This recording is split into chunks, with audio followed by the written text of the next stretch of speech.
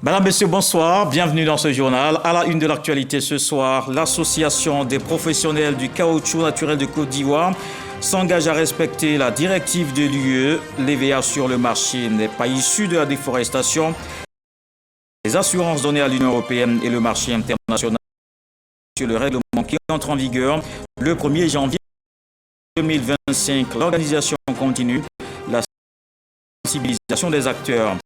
L'Arabie Saoudite soutient la lutte contre la désertification. Un chèque de 300 millions de francs CFA remis au gouvernement ivoirien. Le ministre des Affaires étrangères salue la bonne coopération entre les deux pays. C'est la matérialisation d'une promesse faite en mai 2022 au cours de la COP 15.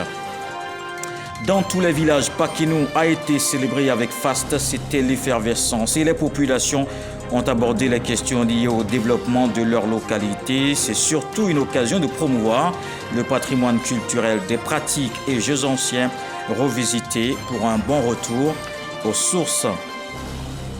3 présumés terroristes arrêtés au Daghestan. La Russie a déclaré avoir démantelé une cellule dans le sud du territoire. L'organisation est suspectée d'être impliquée dans l'attentat du 22 mars à Moscou, une attaque ayant fait 144 morts.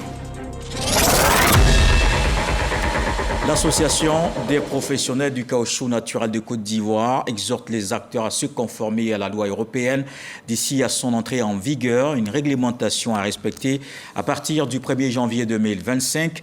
Elle vise à réduire le risque de déforestation et de dégradation des forêts. Ismaël Evradeo, Issa Tionayo. Si l'agriculture extensive s'est bien développée en Côte d'Ivoire, elle a néanmoins contribué à faire baisser son couvert forestier. L'Union européenne a adopté un règlement visant à réduire les risques de déforestation liés à l'activité agricole. Ceux qui exportent l'EVA de façon directe ou indirecte sur le marché de l'Union européenne doivent effectivement s'assurer que les produits, donc les caoutchoucs, soient produits selon les respectant les réglementations européennes. Donc qu'ils ne soient pas issus dans une zone suite à la déforestation et qui soit effectivement respectueux de la loi locale. Donc il y a un principe de légalité et un principe aussi de traçabilité par rapport à la question de la déforestation. Zéro déforestation. Pour relever les défis de la filière EVA et faire face aux exigences de l'Union européenne, le gouvernement ivoirien a mis en place plusieurs mesures et entrepris de nombreuses actions. Il faut savoir que parmi les opérateurs économiques, les agro-industries ivoiriennes qui opèrent dans la filière EVA, il y en a au moins 5 qui ont géoréférencé l'ensemble des plantations et qui sont en mesure de tracer le caoutchouc. La filière EVA sera prête pour exporter en Europe un caoutchouc conforme à la nouvelle réglementation européenne EUDR. Nous sommes un acteur de la reforestation et non de la déforestation. En 2022, la Côte d'Ivoire a exporté vers l'Union européenne 402 273 tonnes de caoutchouc naturel, qui représente 30% du volume total des exportations. On va dire la forêt, restaurer les terres, c'était l'objectif de la COP 15 en mai 2022. L'Arabie Saoudite s'était engagée alors à soutenir la lutte contre la désertification, promesse tenue. Un chèque de 300 millions de francs CFA remis au gouvernement ivoirien et réceptionné par le ministre des Affaires étrangères. On le voit avec Michel Digli. Au cours de la COP 15 à Abidjan, en mai 2022, la Côte d'Ivoire avait lancé un appel à contribution auprès des États membres de la Convention des Nations Unies sur la lutte contre la désertification. Répondant favorablement à cet appel, le Royaume d'Arabie Saoudite a décidé d'apporter une aide financière de 500 000 $ américains. Toutefois, pour des raisons d'ordre technique, la mise à disposition de cette somme n'a pu s'effectuer dans l'immédiat. Ces choses faites à présent, le chèque de 300 millions de francs CFA est remis symboliquement au ministre des Affaires étrangères, Léon Kakou-Adom. Ce don, monsieur l'ambassadeur, permettra sans nul doute de renforcer les efforts de toutes les parties prenantes dans la lutte contre la désertification. C'est donc avec joie et un sentiment de profonde reconnaissance que je réceptionne aujourd'hui au nom du gouvernement ivoirien, au nom du président Alassane Ouattara, cette aide financière. Je voudrais clore en réitérant la gratitude du gouvernement ivoirien aux autorités saoudiennes pour leurs inlassables efforts en vue d'accompagner la Côte d'Ivoire dans sa marche vers le progrès et le développement. Cette aide intervient dans le cadre de l'excellence des relations entre la Côte d'Ivoire et le Royaume d'Arabie Saoudite. Relations qui se sont consolidées depuis l'avènement de son Excellence, Monsieur le Président de la République, Alassane Ouattara, au pouvoir. L'accueil par la Côte d'Ivoire de la COP15 est la preuve tangible de l'engagement de la Côte d'Ivoire à lutter contre la désertification, à travers des programmes et des initiatives constatables qui ont été prises donc par la Côte d'Ivoire.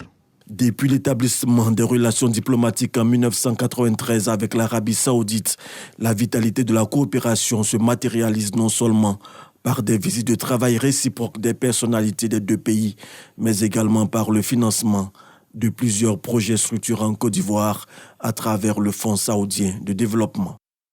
Les dégâts sont énormes à la sous-préfecture de Dimbokro. Un incendie a tout ravagé sur son passage samedi dernier. Au lendemain du drame, le maire Adama Coulibaly s'est rendu sur les ruines. Des mesures sont prises pour reprendre rapidement le travail. C'est ce que nous dit Ejana Toubé. Sous-préfecture de Dimbokro. Voici ce qu'il en reste après l'incendie qu'il a ravagé dans la soirée du samedi 30 mars dernier. D'énormes dégâts non encore chiffrés selon les autorités administratives et politiques locales. Le maire de Dimbokro, Adama Coulibaly, accompagné du directeur général de l'administration du territoire, sur les ruines se sont fait une idée claire et précise du bilan qui se dégage de cet incendie que les sapeurs-pompiers ont vite circonscrit. Ce que nous avons constaté est vraiment triste, puisque le foyer de l'incendie, ça a été essentiellement le centre d'archivage, là où se trouvent en fait les registres. Et je crois que là, avec tout ce qu'on a constaté, ça nécessite qu'il y ait un travail de fond qui soit fait pour réhabiliter, à défaut reconstruire ou reconstituer tout ce qui a été fait.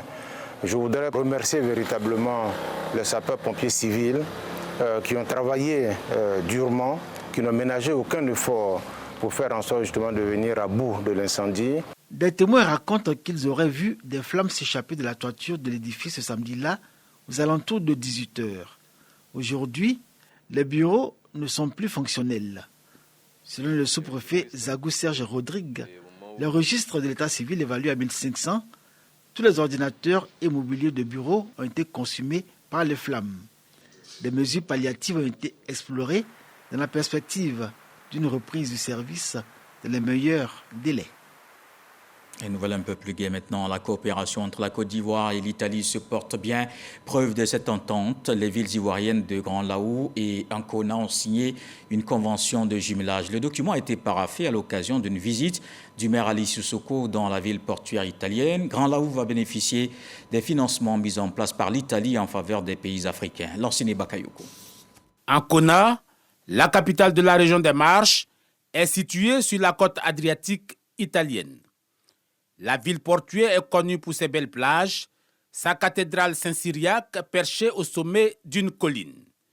C'est avec cette belle cité italienne que le maire de Grand Laou, Ali Sissoko, a signé la convention de jumelage. Si on a ce type de partenariat, ça ne pourra que nous renforcer davantage par rapport donc à tout ce qui est activité en Côte d'Ivoire pour fixer les jeunes, donner l'emploi aux jeunes, créer de la richesse pour les femmes et puis surtout au niveau des infrastructures. La commune de Grand Laou entend tirer profit du plan Mattei activé, un plan doté de 5,5 milliards d'euros porté par le Premier ministre italien Giorgia Meloni. Le programme vise à encourager le développement économique et inclusif en Afrique, réduire les flux migratoires, solidifier les relations italo-africaines. Une aubaine pour Grand Laou, confronté aux effets du changement climatique. Laou était une victime de cette situation de réchauffement climatique. Donc nous mettons en avant le développement durable, que ce soit au niveau de l'éducation, de la santé, des infrastructures routières, c'est tout cet environnement-là, mais tout ça dans le cadre du respect de l'environnement et du cadre de vie.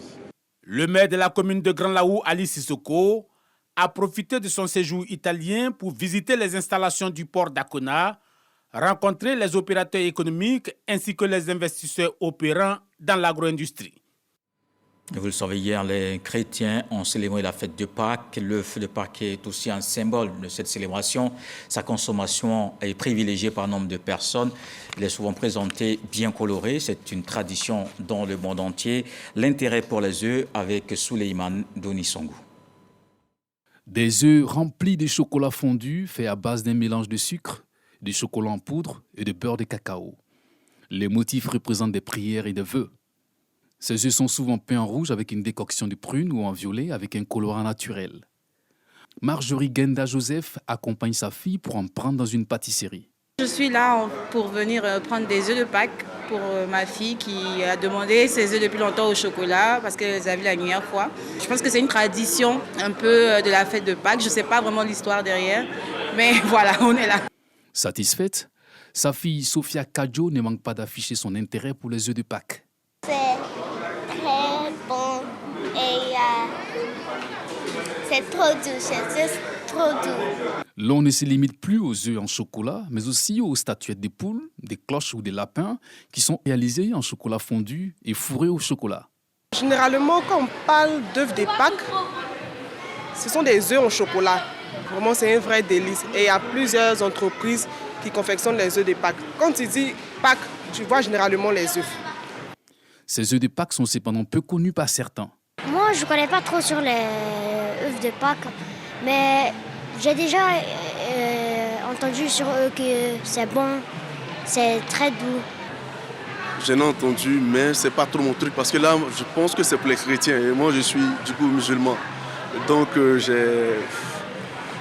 j'entends parler, mais franchement, l'origine et autres, je ne vais pas chercher à savoir parce que là, je ne suis pas chrétien. L'histoire des œufs de Pâques remonte à la préhistoire, ce dernier étant dès lors un symbole de fécondité et de renouveau. La coutume d'offrir des œufs décorés, teints ou travaillés existait bien avant l'ère chrétienne. Mais c'est très probablement de l'interdiction faite par l'Église jusqu'au XVIIe siècle de consommer des œufs pendant le carême qu'est née la tradition des œufs de Pâques. Comme on ne pouvait empêcher les poules de pondre, on conservait précieusement ces œufs jusqu'à la fête de Pâques, à partir de laquelle il fallait écouler les stocks. Et parlons aussi de Paquinou. Le président de l'association des cadres du Centre pour le développement a sillonné quelques localités pour cette célébration particulière de Pâques. Amédée Kofi Kouakou a célébré cette fête avec les populations. Il s'est ensuite rendu à Tumodi, à Tigouakro et Sakassou. Il a appelé à faire confiance à la politique de développement du président Alassane Ouattara. Mahama Traoré. La fête de Pâques, moment de retrouvailles en pays baoulé. C'est l'occasion choisie par le président de l'association des cadres du Centre pour le développement pour sillonner plusieurs localités. La tournée débute par Sakassou, où Amédée Kofi Kouakou est le parrain de la célébration de Paquinou, organisée par la Mutuelle de développement. Prochaine escale, Didiévi, où le ministre de l'Équipement et de l'Entretien routier assiste au festival annuel de la musique baoulé. Cap est ensuite mis sur Sungassou, village du département de Dimbokro, pour assister à l'intronisation du chef de village. Nanan Kouakou au sein d'eux.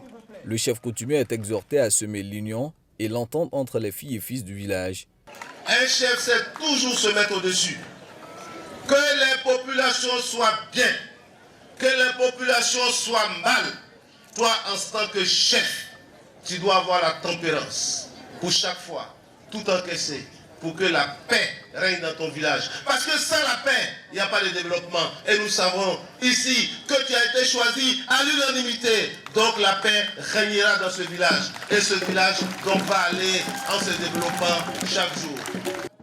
À la tombée de la nuit, Yobouekro, village du département de Tumodi, intègre la liste des localités électrifiées, de quoi rendre cette fête de Pâques inoubliable pour les habitants. En ce dimanche de Pâques, le président de l'association des cadres du Centre pour le développement a célébré la messe à la paroisse Saint-Pierre et Saint-Paul de Divo, moment d'intercession pour une Côte d'Ivoire prospère et en paix. Paquinou, moment de réjouissance qui permet également de parler de développement d'Ida Kayabo, un village de Bokanda, mais cette période a profit pour marquer sa reconnaissance au président de la République. C'était en présence du ministre de l'Emploi et de la Protection sociale, Adama Kamara. Le reportage de Kader Sogodogo. Place publique de Dida Kayabo, les populations de ce village situé sur l'axe Dimbokro-Bokanda, avec à leur tête le président du conseil régional du Nzi, Kofi Nguessan Lataï, président du conseil d'administration de l'IPS Segrae, rassemblés pour une journée de reconnaissance au président de la République Alassane Ouattara. L'événement est baptisé Pâques de la reconnaissance. Sur le plan des infrastructures et des équipements, l'axe Dimbokro-Bokanda, colonne vertébrale de notre région, qui dans un passé récent constituait un calvaire pour les populations, a été entièrement repris jusqu'à Ananda. Aujourd'hui, la réalité est là. C'est lui seul, après Houphouët-Boigny, qui a fait de ce pays un pays envié.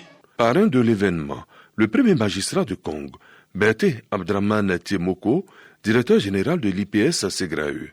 Il se réjouit de l'hommage rendu à Alassane Ouattara et invite à la mutuelle de Dida Kayabo à l'entente et à l'union pour le développement du dit village. Aucune œuvre humaine n'est facile. En effet, vous avez un héritage important que vous devez sans cesse contribuer à faire croître dans le temps. Vous devez être constamment le reflet de ce beau village dans votre comportement, vos attitudes et vos initiatives. Patron de cette cérémonie, le ministre Adama Kamara. Il représentait également le ministre d'État Téné Birahima Ouattara au patron. Il félicite Dida Kayabo, Bokanda et Lunzi pour leur engagement aux côtés d'Alassane Ouattara. Le choix de ce moment spécial pour le peuple akan, pour adresser la reconnaissance au chef de l'État, son Excellence Alassane Ouattara, est la preuve manifeste que vous n'êtes pas indifférent aux actions du chef de l'État pour une transformation structurelle de notre beau pays. Oui, la Côte d'Ivoire, notre pays, vient de loin. Notre pays est devenu à nouveau un havre de paix et de fraternité et de solidarité agissante. Une nation écoutée et surtout respectée dans le monde. Récompense des vainqueurs du tournoi Téné Birahima Ouattara et la danse Kessedi de Ndayakuru ont été les temps forts de Pâques de la reconnaissance à Alassane Ouattara à Dida Kayabo. On quitte lundi. Les populations de la région de Gbeke saluent les actions du président du conseil régional. Le ministre Jacques Assaouré Konan a visité différentes localités. Il a aussi remercié les populations pour leur soutien. Chris Diomandé à Boussanougou. Pakinou est aujourd'hui une cérémonie socio-culturelle par excellence pour les peuples du centre. À Mebo, village de près de 2000 âmes, situé dans le département de Bouaké, c'était l'effervescence. Pour marquer la fête du Pâques, un hommage est rendu à un fils de la région de Gbeke, le ministre de l'Environnement, du Développement durable et de la Transition écologique, par ailleurs président du conseil régional de Gbeke, Jacques Assaouré Konan. On a entrepris le lotissement, nous avons essayé de réhabiliter bien sûr les latrines et nous sommes en train de nourrir nos élèves par rapport à la cantine, mais nous avons pris des dispositions pour construire même la cantine. Retrouvailles, ambiance, le président de la mutuelle pour le développement de Mebo, Marc Kofi, est investi.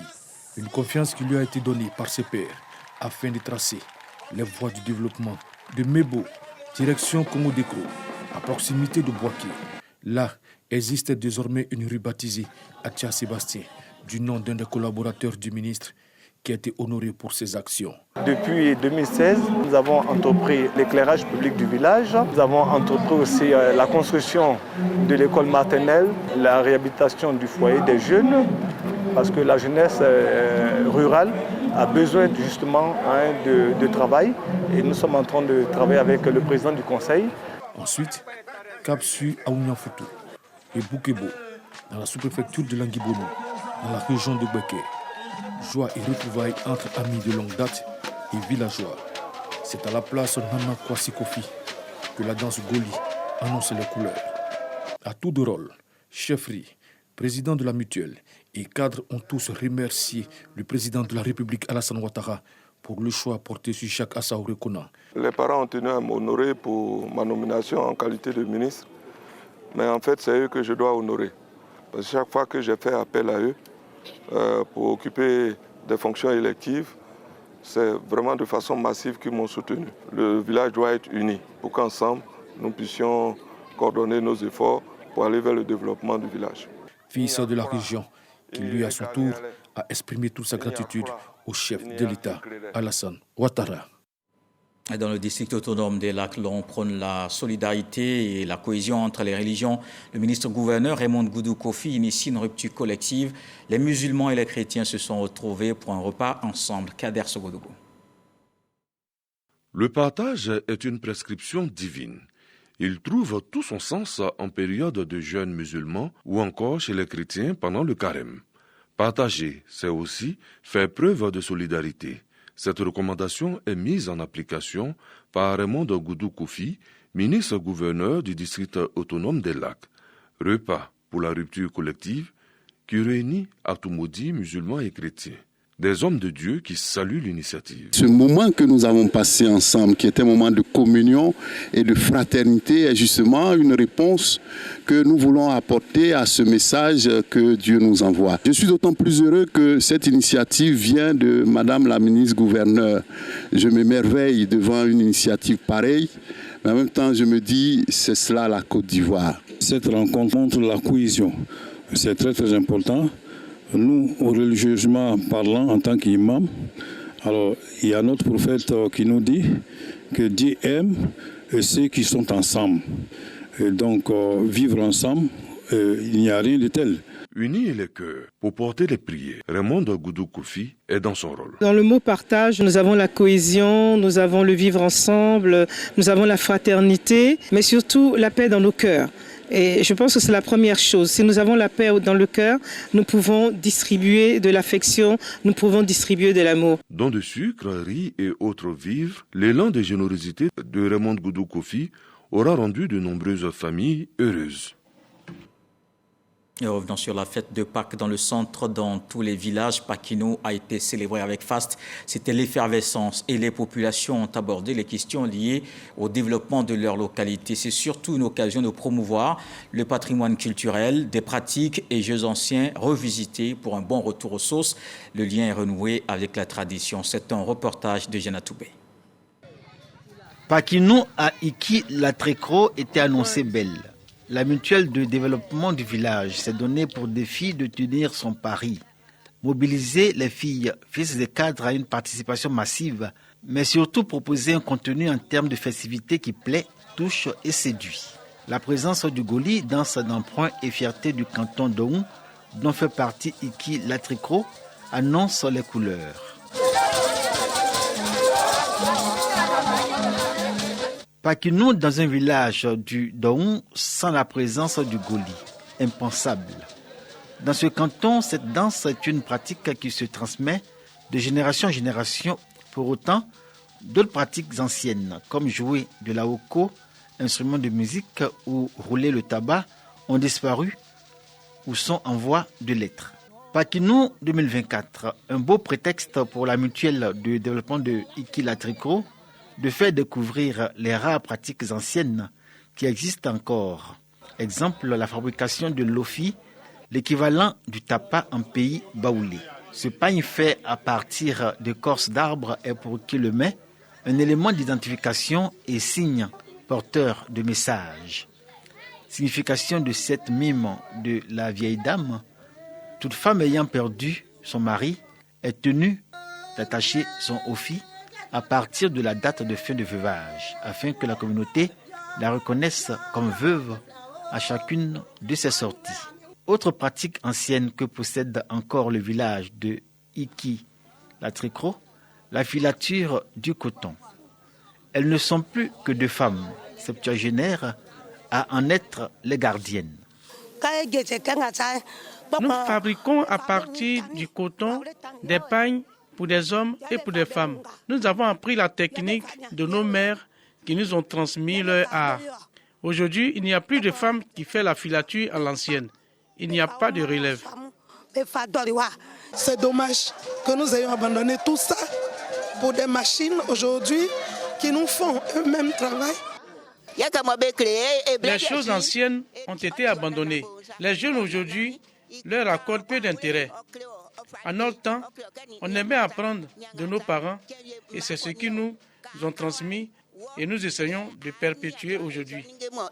C'est sûr, de la pratique de la filature à Iki-Latrécro, il ne restera plus que les outils de travail comme cette quenouille, souvenir d'époque.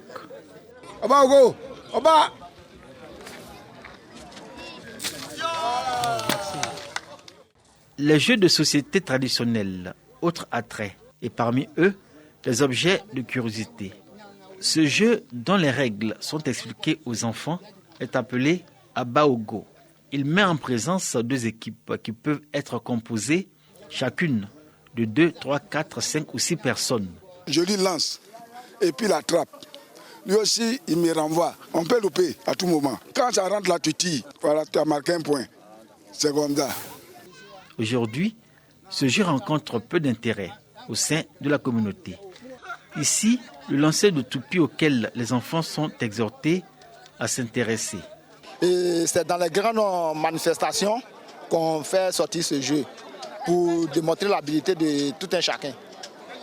Iki-Latrécro se targue d'avoir dans le village et parmi ses ressortissants de bons joueurs d'Awali. De tous les jeux de société traditionnels, l'Awali a pignon sur rue et il n'est pas rare que les enfants s'y intéressent. C'est un jeu qui permet aux parents de se distraire lorsqu'ils sont au village. Au moment où les dames sont occupées à faire la cuisine, et ils sont là, ils s'amusent. Pakinou 2024 à Iki-Latrécro, moment de retrouvailles, d'union et de partage. Au-delà de la réflexion sur le développement et le progrès dont ils sont appelés à être acteurs, les filles, fils des cadres de ce village, sont aussi invitées à être conservateurs de leur patrimoine culturel, comme cette danse de réjouissance appelée le Ndolé. Et la fête de Pâques célébrée aussi chez les Brons à Transua, dans le village de Kwadjo Kissi Kro, dans la sous-préfecture de Kwasi en Guinée. Les populations se sont retrouvées. Il était aussi question de développement. Ils ont donc décidé de redynamiser la mutuelle de développement. Un geste de solidarité dans le Kabadougou, le ministre Adama Kamara a offert 115 tonnes de vivres aux fidèles musulmans de la région. Les départements ont bénéficié du don à travers les différentes couches de la société, un don élargi aux structures départementales du RHDP. Godefroy Okambawa. Œuvrer au renforcement de la cohésion sociale dans la région du Kabadougou et surtout permettre aux couches sociales qui observent actuellement le temps de jeûne et de carême de traverser ces moments de pénitence dans de meilleures conditions. C'est ce qui justifie le geste du ministre de l'Emploi et de la Protection sociale, Adama Kamara. Il vient de faire don de 115 tonnes de vivres composées de sucre, du riz et du lait.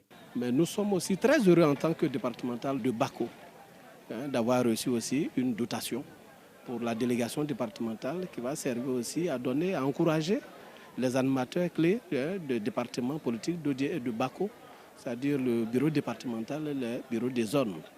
Ce sont des gens qui travaillent, c'est du travail de bénévolat.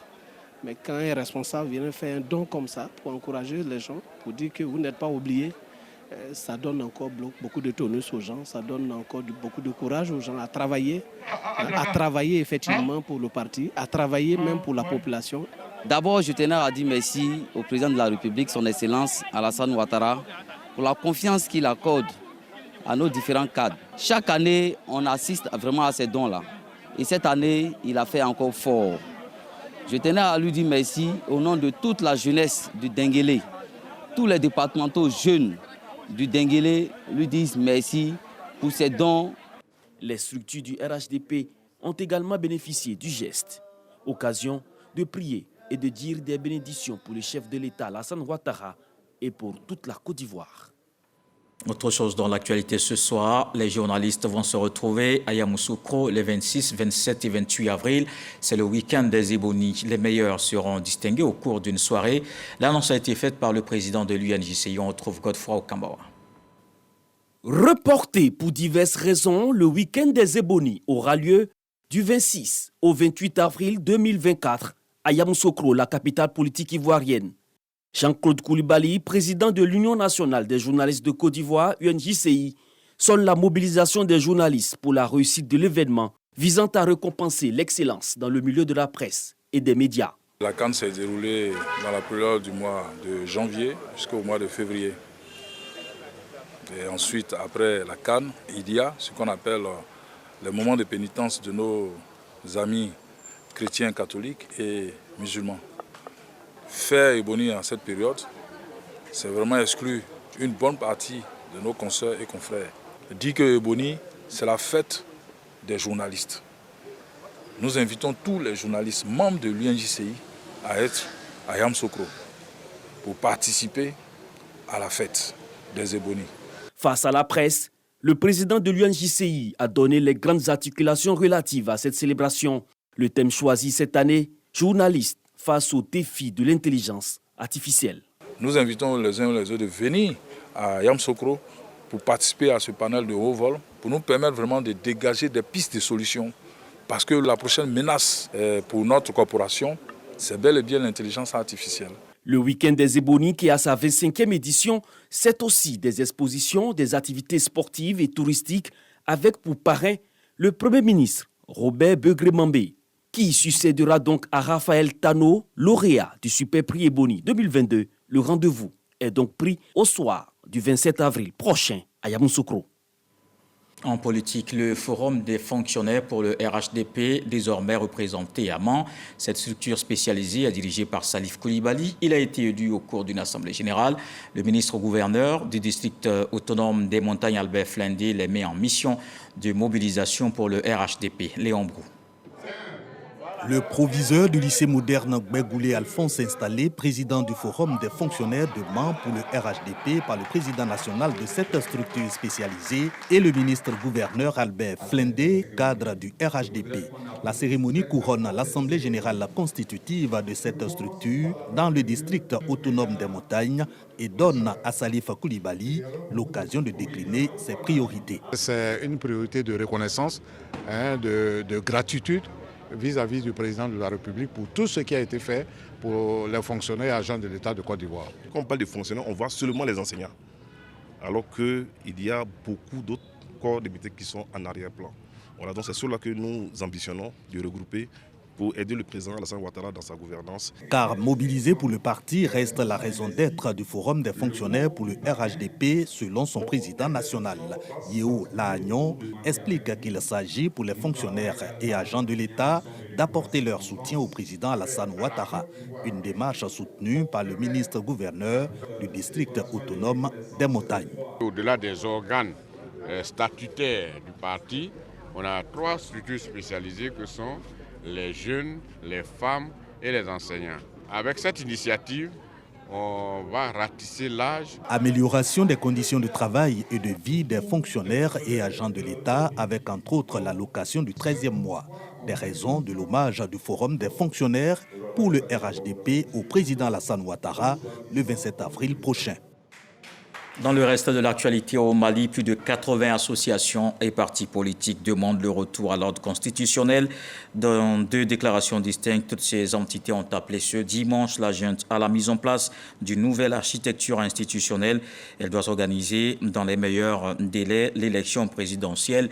Ces associations et partis affirment qu'officiellement la durée de la transition a pris fin le 26 mars. Le réseau des défenseurs des droits humains au Mali regroupe une 50aine d'organisations locales. Le pays traverse des difficultés énormes et la transition n'a pas vocation à régler tous les problèmes du pays, estime son président Souleymane Camara. La Russie a déclaré avoir démantelé une cellule terroriste dans le sud du territoire. L'organisation est suspectée d'être impliquée dans l'attentat du 22 mars à Moscou, une attaque ayant fait 144 morts revendiquée par Daesh. Les services de sécurité russes ont annoncé avoir arrêté très tôt ce dimanche matin 3 hommes qui planifiaient des attaques dans la région et disent également avoir trouvé des engins explosifs et des munitions. Voilà qui met terme à ce journal. Merci de l'avoir suivi. Retour de l'actualité 23h. Ce soir, le sage nous apprend que qui est trop pressé finit par rester en chemin. Dieu le voulant, on se retrouve demain.